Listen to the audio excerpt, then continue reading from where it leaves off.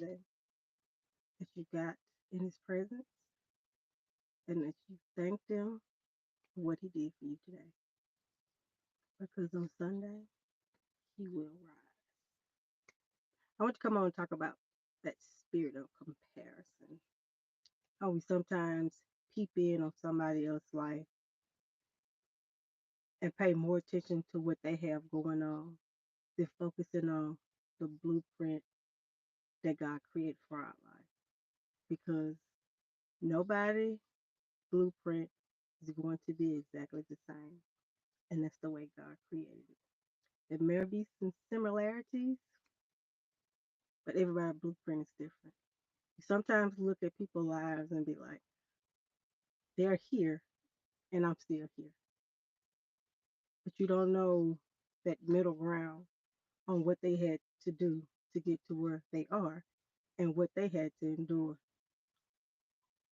I sometimes do that myself. I look at somebody like I was like, dang, here I am at this age, and we pretty much the same age, and I feel like they got more going on than I do, but I don't know their story. So we got to stop allowing that spirit of comparison to steal our joy, to get us off the path that God has us set on.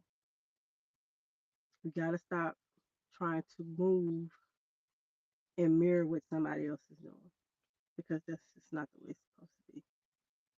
We got to stop comparing our every waking moment to the next person. God created a blueprint for each of us, and no two people blueprint is going to look the same.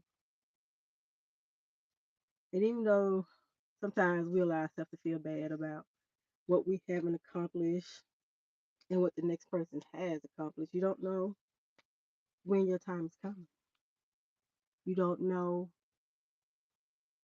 what God plan is for you, but you have to trust Him enough. Trust Him when you can't see His hand.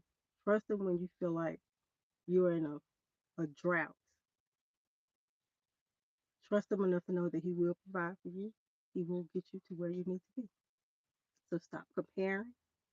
Stop looking at somebody else's life, wishing it was yours, because you don't know what they had to endure. You just don't. So I was just sitting here kind of thinking about that and just thought I'd hop on for a few seconds and share. Stop comparing yourself to the next person. Be the best you that God created. And the only way you can do that is to stay in your word, stay in God's presence, and focus on what God has called you to do. He has given each of us an assignment, each of us an assignment.